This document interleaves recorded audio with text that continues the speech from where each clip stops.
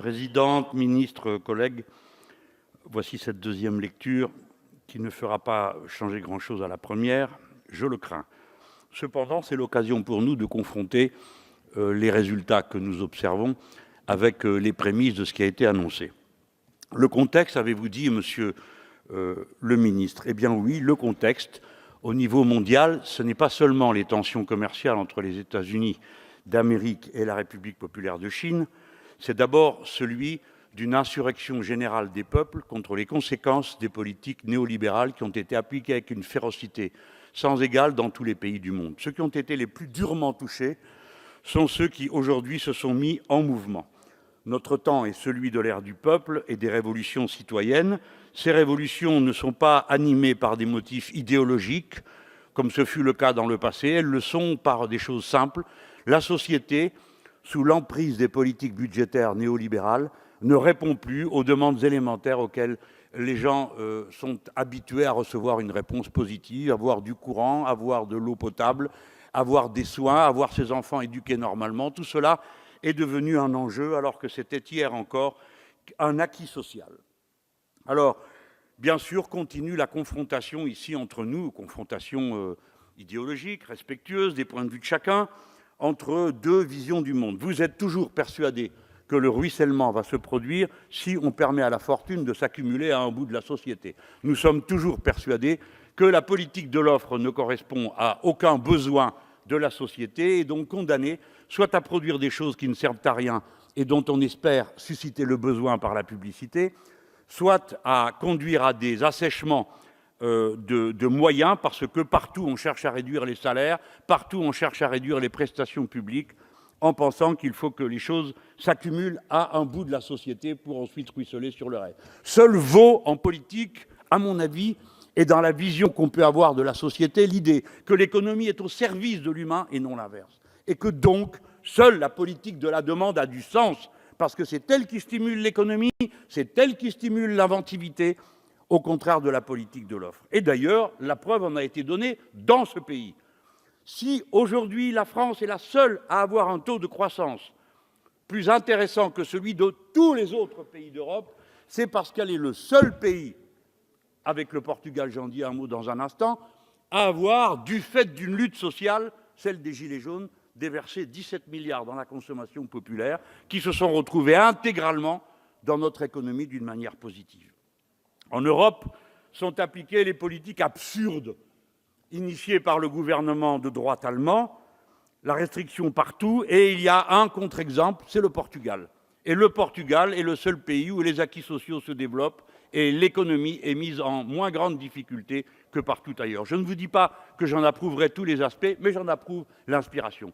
Fort heureusement, l'appui de mes amis de Podemos au gouvernement qui se forme en Espagne va bientôt permettre une augmentation du salaire minimum et d'autres avantages sociaux dont vous ne tarderez pas à voir, monsieur le ministre, qu'elle va déclencher une soudaine reprise de l'activité de l'Espagne qui aujourd'hui est quasiment au bord de l'agonie. Alors vous, non, vous faites le contraire. Et vous nous dites que c'est parce qu'il y a des tensions commerciales entre les Chinois et les États-Unis d'Amérique. Alors, je ne vous dirai pas que ce n'est pas vrai. Mais je ferai remarquer que c'est aussi un symbole de l'échec d'une certaine théorie qui, depuis les années Giscard, a dominé la pensée de droite de tous les gouvernements. C'est l'idée que le libre-échange et l'extension à l'arène mondiale du commerce international donneraient comme résultat la possibilité pour chaque producteur national de s'évader des limites et des contraintes du marché national. Qu'avez-vous fait? Simplement exposer toute économie à la dépendance à ce nouveau marché international.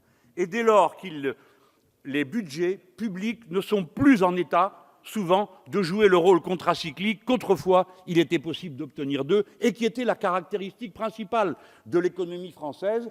Ces budgets, son système social, était un amortisseur qui permettait des politiques contracycliques. Vous accompagnez le cycle dépressif, sauf quand les gens vont dans la rue, vous arrachez des avantages sociaux qui se retrouvent ensuite dans l'économie productive réelle.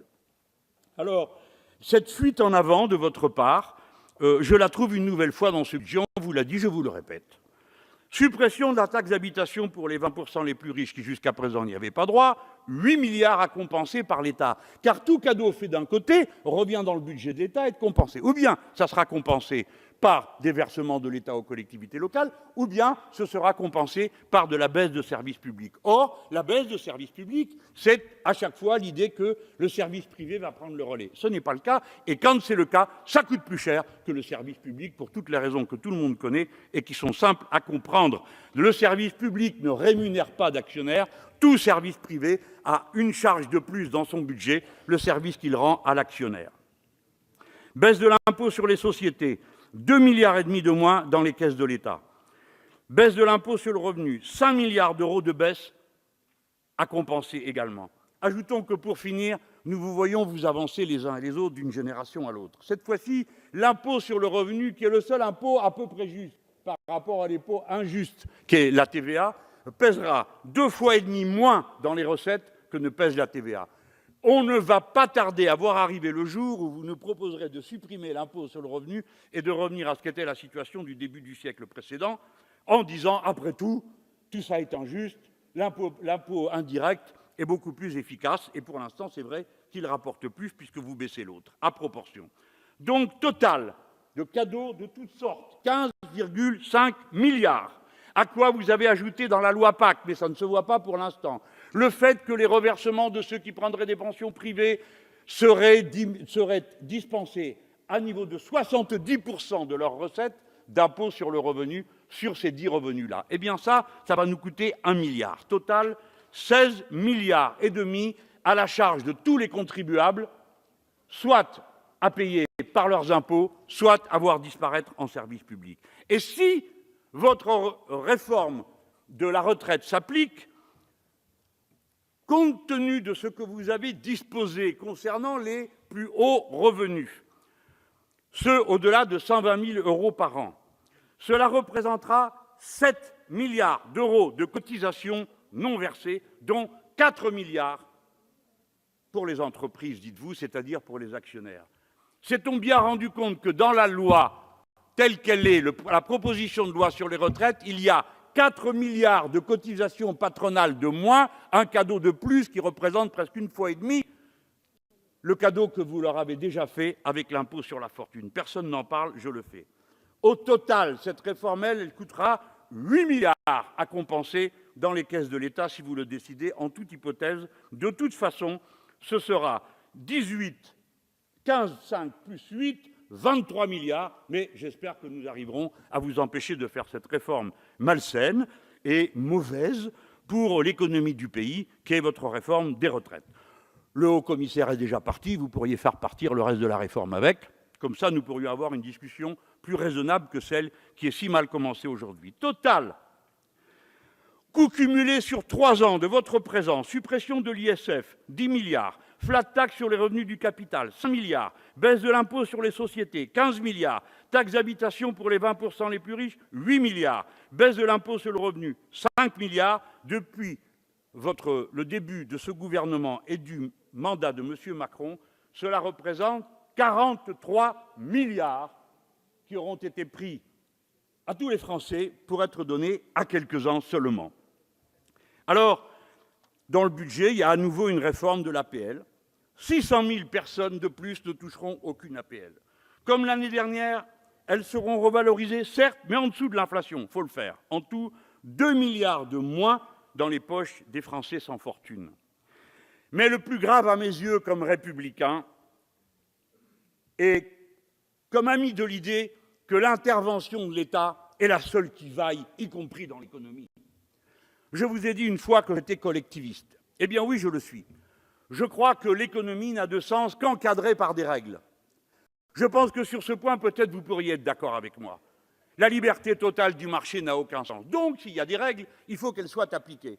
Et si on veut qu'elles soient appliquées, alors il faut qu'il y ait des gens pour les faire respecter. Vous imaginez assez d'embaucher je ne sais combien de policiers de plus pour maintenir l'ordre dans les rues, ce que vous appelez l'ordre. Mais par contre, quand il s'agit de contrôler le capital, quand il s'agit de courir après les fraudeurs, alors là, il n'y a plus personne. Mais oui, 1000 postes de moins, 1600 postes de moins pour le ministère des Finances. Moi, je les y aurais maintenus à courir derrière les sous qu'on nous doit. 80 milliards qui nous sont volés tous les ans. 1000 postes de moins pour l'écologie, pour le ministère de l'écologie. C'est-à-dire que sur les deux grands sujets qui accablent notre société, le dérèglement climatique pour lequel il faut enfin changer de méthode, et le pillage par les parasites que nous connaissons, les parasites sociaux qui se gavent d'argent et n'en ont jamais assez, sur ces deux causes-là, au lieu de leur serrer la vis, vous leur facilitez le travail.